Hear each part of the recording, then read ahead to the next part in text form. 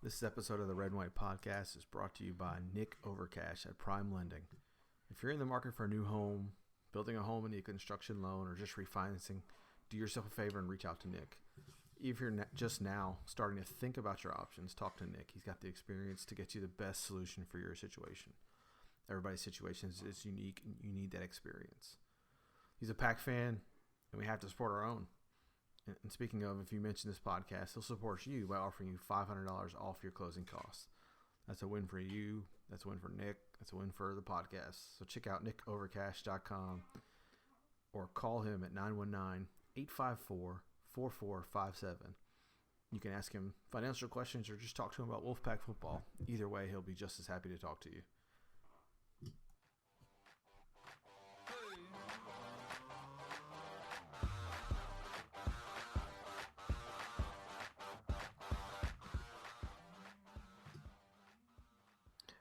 All right, folks, we're back with another edition of the Red and White Podcast. As always, I'm your host, Evan, here with the man himself, Dustin. How you doing? Still trying to live the dream, I think. Well, we didn't have much work, and hopefully you're rested after the bye week. This week is Notre Dame, and I am looking forward to this game more than any game I have in a long time. And I wish I had planned better and had planned to go up there like a lot of Pack fans are. But unfortunately, I'll be home watching it. Where are you watching it? I'm actually going to the bar with Julian Gadd, honestly. So you can come out. Nice. Two Carolina fans. Yeah. Which bar are you going to? We're going out to Linwood Brewing out in North Raleigh off Glenwood. So, yeah, you can come out. It'll be fun. Let's see if I can get away from children at that time. Well, speaking of Notre Dame, I have to start out with that the only part I'm not looking forward to this week and haven't been looking forward to and haven't been enjoying are Notre Dame fans. They are the worst. They are I don't know, the Carolina fans of football, if that makes any sense to anybody. I mean, they're awful. I just dread everything they say all the time. Yeah, there's a sense of entitlement, I guess. Yeah, that's perfect. For a program that hasn't been relevant in quite a while. I mean, they had their title shot a few years ago. Who was it? It just absolutely destroyed them. Alabama? Yeah, it was Bama, I believe. Yeah, I mean, just killed them 3 or 4 years ago, probably. And they haven't done anything other than that. They didn't deserve to be in that game either. They got in because they were Notre Dame. I remember that. Yeah, and that's their fan base pretty much. Yeah. So. Our friend Drew Johnson put out some images. I think he had snapped them from some of the Notre Dame's rival sites. And I'm just going to read a couple of quotes here that I thought just epitomizes everything. And it was basically, I realize as Notre Dame fans, it's hard to understand just how good this Notre Dame team is. We've become cynical and jaded over the years as fans of this football program. But all evidence points to Notre Dame being one of the best teams in the country, barring some foreseen injury, a matchup nightmare that's been overlooked. The chances of NC State actually winning are very low. That's one. I'm going to keep going. There's a couple more. I see you're still doubting Thomas. I don't know what that means. But the Irish are going to blow out NC State. I agree with you. NC State is tough, but Notre Dame is far tougher and more talented, in my opinion. You'll see. And lastly, any other year, are we concerned about playing NC State? No. They're a solid team, but talent-wise, they just don't compare to the Irish across the board. Sure, they have a decent defensive line, but they haven't faced maulers like we have on the offensive line either. Our defense is much improved also. I guess it encapsulates everything about Notre Dame fans. And I understand they're fans, but man, they are just arrogant beyond belief. And for what? They haven't been good in ages. It's unbelievable. I mean, it all stems from the USC game, and we'll get into that later. But it's just, I don't know, entitlement. That's the only way I can describe it.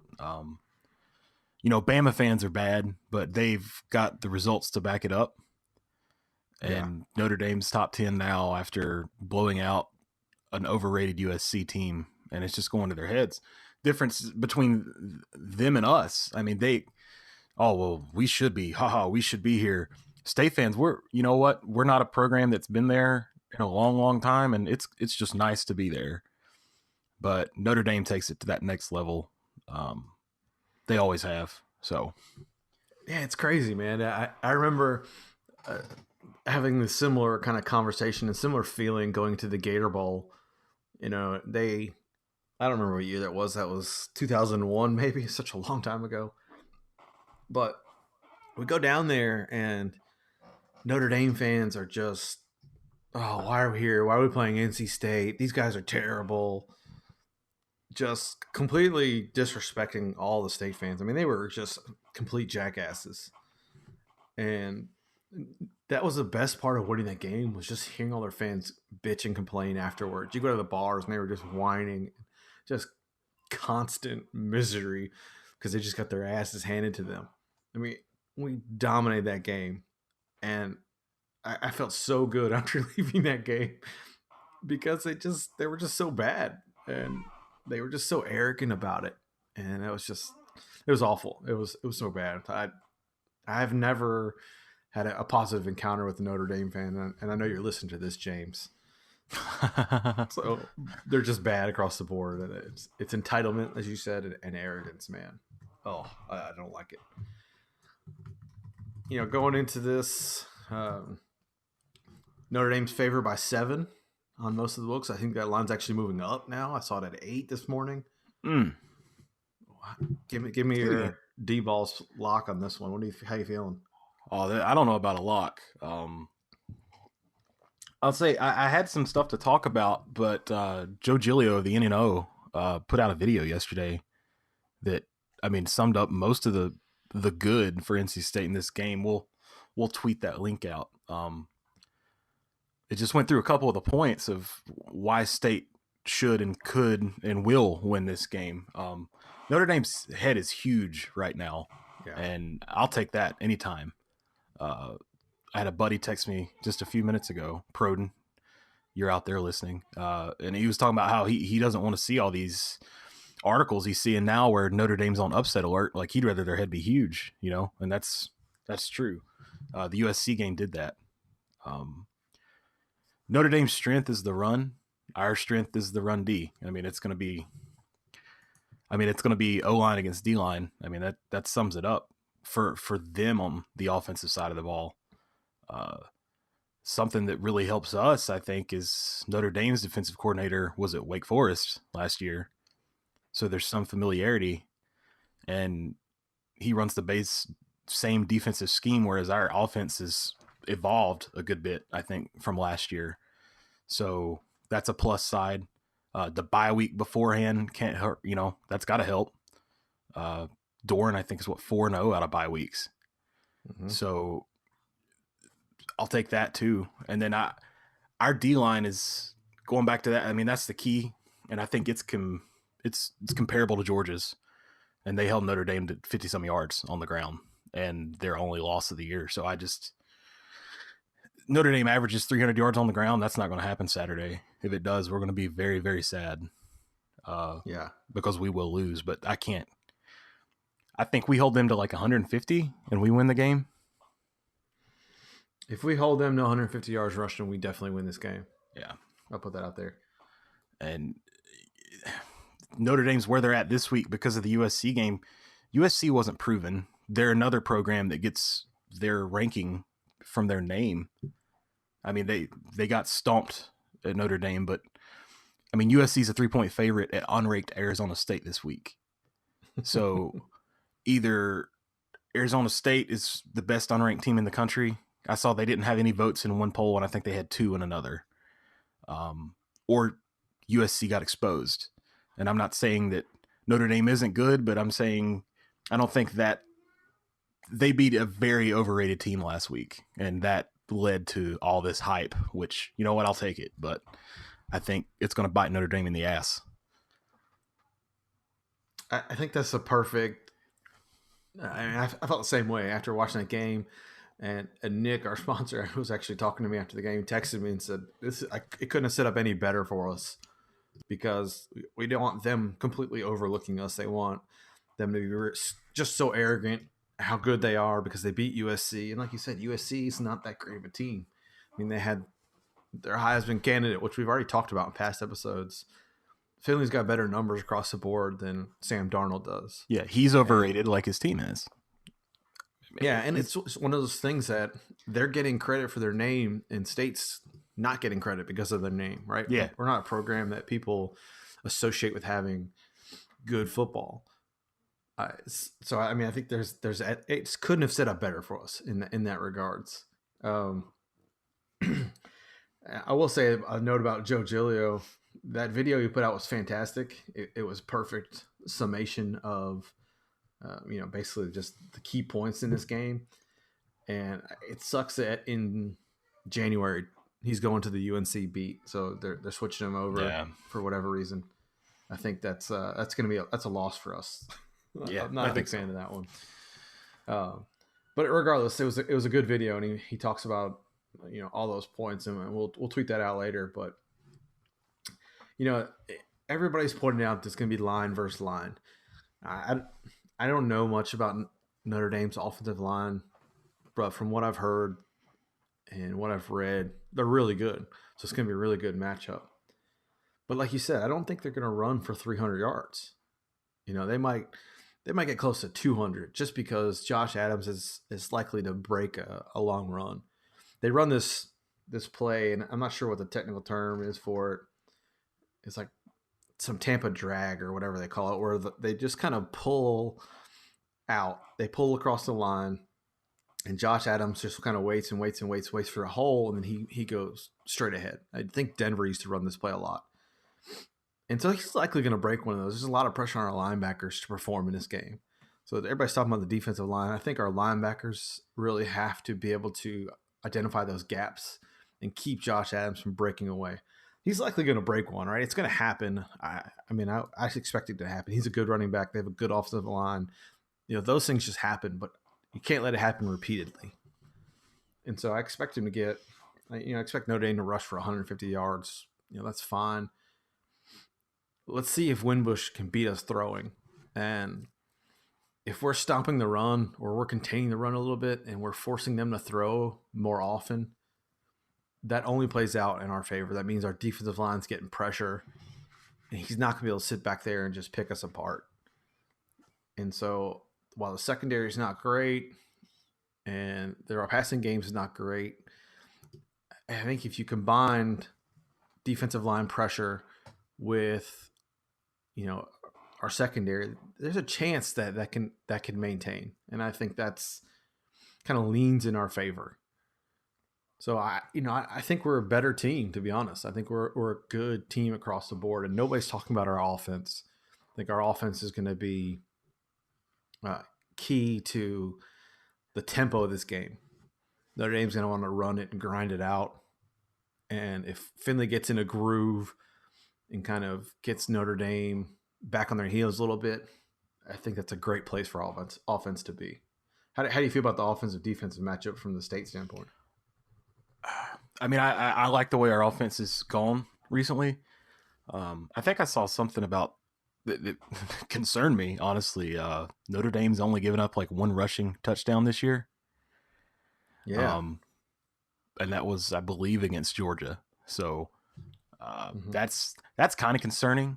But I think the offense is balanced enough that I don't think we're not gonna put up 50 points, but I think we can score a good bit.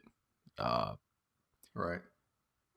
I don't think our offense will be what decides game. It's our defense and their offense. I mean, I keep going back to that, but I have enough faith in the offense to do their part. So it's just going to be stopping that run game, and then that's going to turn into stopping the pass game. I don't think we'll have a problem with the first part. We'll see how the pass D goes. That Georgia Notre Dame game, wasn't it like week 2, week 3? I believe it was early, yeah. So I wonder how much that is Georgia getting into a groove now, right? They're playing really good now. Was that the same team that played in week 2? Yeah. I'm curious how They've gotten exponentially better pretty much every week. Yeah. So I think it was a close game, wasn't it? The Georgia Notre Dame game, I believe. Trying to find the score. Yeah, it was 20 to 19 Georgia. And that was week 2. So I wouldn't have put a lot of faith in that. Georgia was ranked 15th and Notre Dame was 24th at the time. So yeah, interesting. You know, it's one of those games where I feel pretty good about it, and just because everything's kind of setting up for us in our favor. You know, if our guys come out prepared and not enamored of touchdown Jesus and playing at Notre Dame, then I see it's working out well for us. I mean, it's just one of those. Doran's got the guys playing well on the road. You know, they've done that before. It's not really been a concern. So if you can kind of get past the mystique of Notre Dame, you know, I think it's a better matchup for us than a lot of people are thinking. Yeah, I think it's a better matchup for us than it is them. Yeah, absolutely. So the 7 points, you know, I'm not a person that bets on State, but it'd be hard not to, especially if it keeps climbing. You know, if it gets to like 9, then I want to put money on State plus 9. So yeah, I think so. I don't know. How do you feel about the game? What's your prediction? Give it to me. You know, honestly, I said if State, you know, got to plus 9, I would take it. I honestly think State wins like 35-28. I think we're going to be able to score. Everybody looks at J-Sam. I think Kelvin Harmon might be the player of the game. Or Finley. There again, he doesn't get the notoriety he deserves. I think they contain the run pretty well. I think it. I don't know. I think Finley and Harmon have a huge game. 35-20. I'm not going to drag it out anymore. I like it. I'm not sure about prediction. I feel pretty good about it, though. I'll leave it just. No, you can't cop out. You can't cop out. Oh, no. It's better off when I don't make the prediction. I feel pretty good about the matchup for us, though. I don't think there's any concern. And maybe, you know, Notre Dame's a fine team. I think they're good. I just don't think they're as good as what people make them out to be. No, and a lot of that, it's like we said, the USC thing. I do think that Notre Dame and we'll learn a lot about Notre Dame and State are the 2 most improved teams in the country this year. Yeah, without a doubt. Oh yeah, I can. So, yeah, I saw earlier in the week it was supposed to rain. I don't know if that's still the case or not, but wouldn't that be funny if it was, you know, Indiana Hurricane? But I think better weather helps us this year. So. Yeah, absolutely. I think so too. You know, they're just going to run the ball 40 times a game. I think that's exactly the better the weather, the better for us. Let our speed kind of take over there. I think that's what we're. It is going to be cold though, so it'll be our first cold game. It's going to be in the 40s, I believe. So, yeah. Our buddy Adam sent us a message earlier in the week and said it's a screenshot, and everybody's talking about Notre Dame's strength of schedule on the rest of the way out, and it's, I don't know, something like 11th or something like that. 2 spots ahead of them, NC State, the 9th hardest schedule on the way out. So people again just overlooking us, and that's fine. It's the way it should be. But I think a lot of eyes could open after this game. I think it's a big opportunity for the program. I mean, you win this game, and then we have a top 10 matchup next week. So. Yeah. Oh man. One thing at a time, though. Yeah. I don't want to look past Notre Dame. Right, you know what I mean? We're to that point where we can look past teams. So. Yeah. Yeah, we're not there yet. Yeah. Soon. Yeah.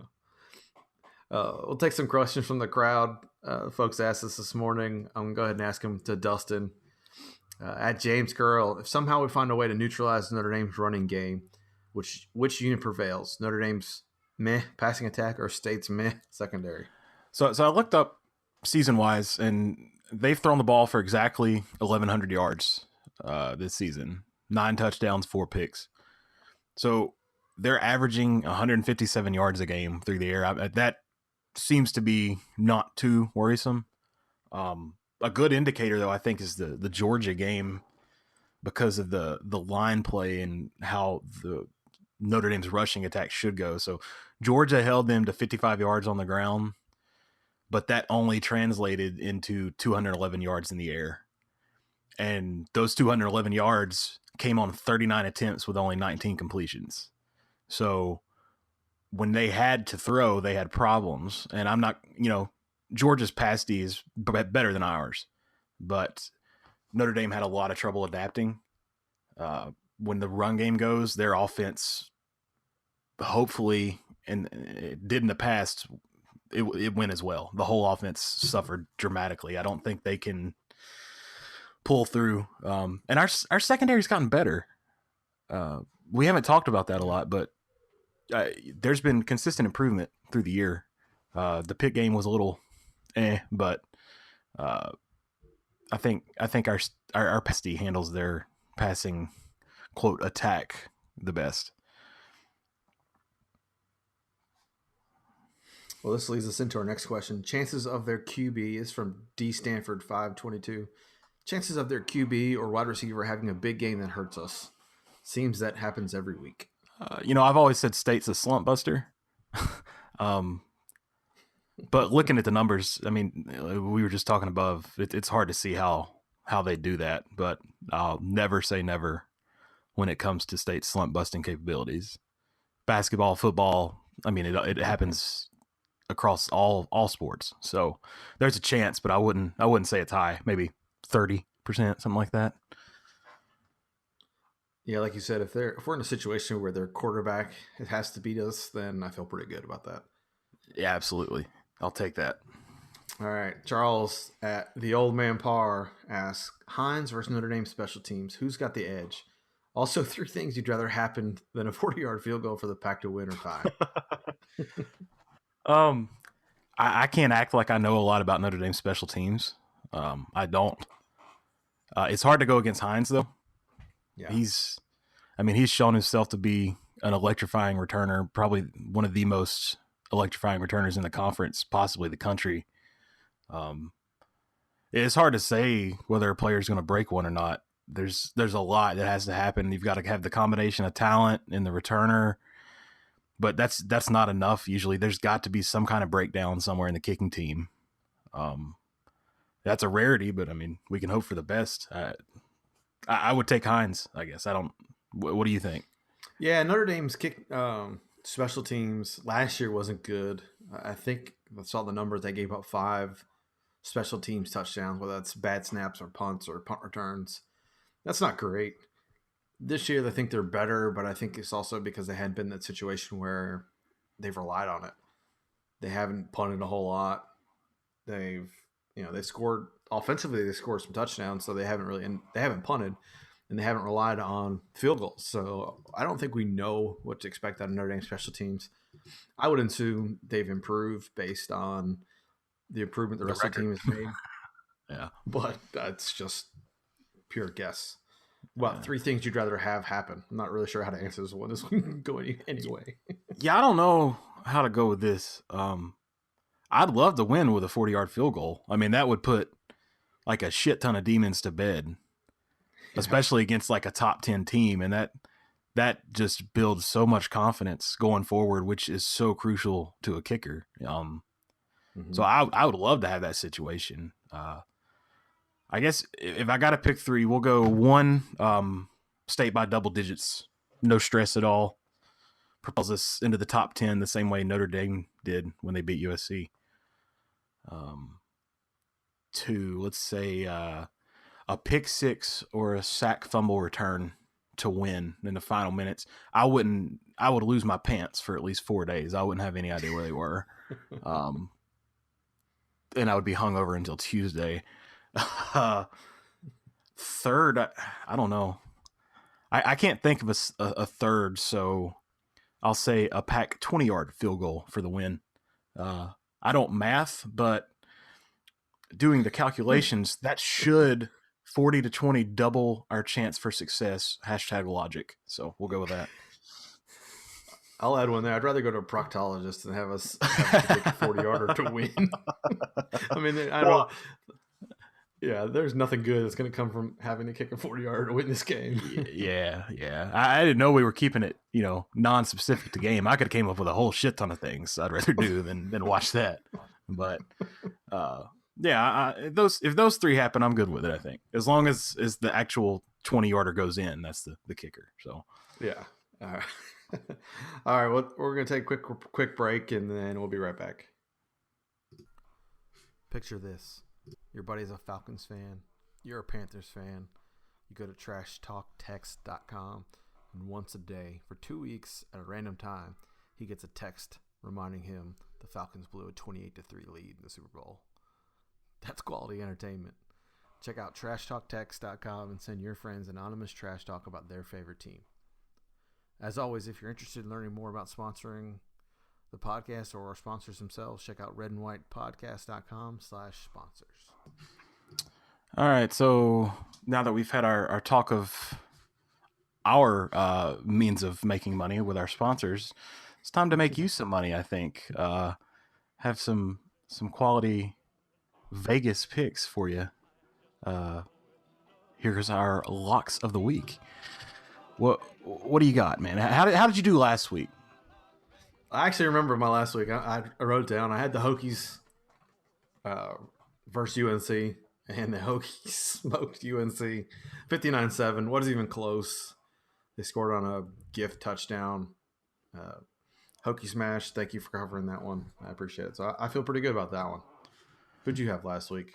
I took Louisville. Yeah, I did. They were getting, I think, 6.5. Yeah, which was my luck, but I ended up taking Louisville on the money line, which worked out. I didn't want to throw that out as a lock because it was a little but I think it worked well. It worked well enough that I'm going to ride that Louisville train again. This week, who they got this week? They're -3 at Wake Forest. I think they got some confidence last week. I know nothing about Wake Forest really, except that they won't beat Louisville. So I'll stick with the Cards, or I'll stick with Lamar Jackson. How's that? Yeah, Lamar Jackson versus anybody is usually a pretty good bet, especially when he's getting points. Florida State had a chance to win that game, and they fumbled it. Lamar Jackson goes down the field and scores at the end of the game. That was brutal. I don't undersell the saltiness of the Wake Forest Louisville rivalry. Stolen playbooks and stolen plays. It's gonna be interesting, but I'm with you. I think Lamar Jackson's, he's too good. He covers 3. He's 3 points better than Wake Forest. Yeah, that's kind of my thing. So. Yeah. He's so good, man. I really love watching him play. Even though as long as we have to play him again, I really like watching him play. Yeah, I just don't. How do you think he goes NFL wise? I don't know, man. I don't know. I think you give him an opportunity where he has gave him a lot of opportunity to develop. I think his only negative, I would say, is his passing and his passing accuracy. I think half the time though he's passing on the run, so I'm not sure. I'd give him a shot. I mean, I think you have to. At the least, he's one of those guys that you give him a shot at quarterback, and he doesn't make quarterback, he's still going to be the fastest player in the team. So you put him in a wide receiver or something. I don't know. I give him a shot though. Yeah. Who's your pick this week? I'm going to ride the Hokie bandwagon, man. I'm all in on the Hokies. Hokies are giving 16 to Duke, so Hokies -16. Duke looks bad, man. Duke's not very good. Virginia Tech can score. I think they're just going to run it up on them again. I would expect something 45-14 game. I'm riding the Hokies again. That's fair. There wasn't a whole lot of lines that I really liked this week. I thought there was some interesting ones, but none that really stood out to me. I'll ask you today, who do you like in these games? Clemson -14 versus Georgia Tech. I'd like to see Georgia Tech win outright. Yeah. I don't know. Georgia Tech hasn't really impressed me that much. I mean, it's the same Georgia Tech you get every year, you know. I would take Clemson to cover, maybe. Yeah, I guess I wouldn't bet that, but I would take Clemson to cover. Yeah, I'm taking Georgia Tech to cover that one. I think Georgia Tech's going to give Clemson a hard time, and not just because I don't even know what the Clemson quarterback situation. I would assume Bryant's fine after the bye week, but I think that triple option is going to be annoying for them. And to be honest, I think they might be looking towards us. Yeah, from all what their fans are talking about and the headlines are. Don't sleep on the triple option. I like Georgia Tech to cover that one. I'd love for them to win. All right, this one hits a little closer to home for you. Florida versus Georgia. Georgia's giving 14.5 to the Gators. I got to go Georgia. Florida's defense is good, but their offense is absolute trash. I would. Georgia's going to, probably put at least 28, 30 points on the board, and there's no way Florida gets into double digits, I don't think. They're just that's a I don't know how you fix Florida because their defense is always great, but that offense is it's ugly. Yeah, I'm with you. I think McElwain's in trouble down there, even though he seems to win 9 games every year. Yeah. Georgia, it's a rivalry game. It's one of those games that should be always close, but I think Georgia's just better this year. I'm with you. I think it's 28-7 or something like that. I don't see Florida keeping that one close. No, and I think I can't decide how good Georgia really is. So I'm with you. I'm not sure yet. I don't think we know until they play Alabama in Atlanta, honestly. But I mean, because they don't have really a tough game left on their schedule, right? So Georgia's one of the most interesting teams in the country. I talked a lot of shit about thinking Kirby Smart was going to bust there, and I'm still not. He's still got to win a conference title for me, but we'll see. Cocktail party. It's usually a good game. It won't be this year. The world's largest outdoor cocktail party. I hate that they changed the name of it for PC reasons. It drives me crazy. Same with the Red River Shootout too. It's ridiculous. Well. Anyway, Miami -20 at UNC. Oh, Miami covers that easy. Carolina's awful. I mean, they're the worst team in possibly P5. Not all of it their fault. I mean, that's a ton of injuries. So they're really bad, though. I'm kind of looking forward to that Carolina game this year. So I feel like that's an easy cover for Miami. I feel like the Heels have basically given up. So, yeah, I don't know. That's a big number, though, -20. I still like the Canes. Yeah. I don't know. I don't think Miami's that great, but they're better than Carolina. So, yeah. Here's a sneaky one that I like that I would probably put money on this one. It's Texas A&M is only giving away 1 point. They're 1 point favorite at home to Mississippi State. Give me Texas A&M there. I like that one. Yeah, I think so too. Yeah. There's not really good football anywhere in Mississippi right now. So, speaking of Mississippi, that leads us into America's and Canada's favorite segment, the Canada Watch. LSU just won going away at Ole Miss. There again, bad football in Mississippi, but LSU won 40-24. 593 yards of offense. Ooh. With 393 of that on the ground. I mean, you can't stop Canada. You can only hope to contain him. So, Orgeron unleashed him a little bit, and it showed up.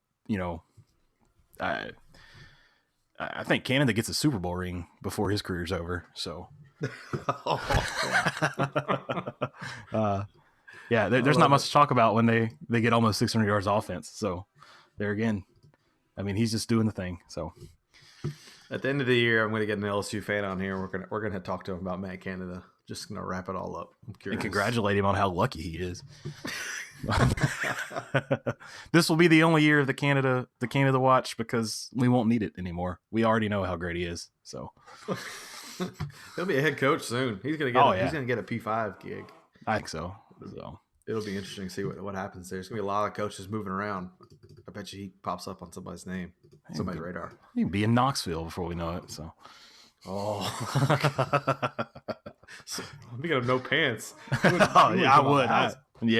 It's oh boy. So, anyway, let's. What other every random thing you got to wrap this up? All right, I got a couple random things, miscellaneous. Kevin Keats signed another 4-star basketball recruit. Hasn't even coached a game yet. He's got a number 16 ranked recruited class. So hats off to Pack basketball. That's going to build in the future there. I'm happy about that one. Yeah, that's... Who's your top 4? I'm going to, I think, stick with the way I did last week. I got Bama at 1, Georgia 2.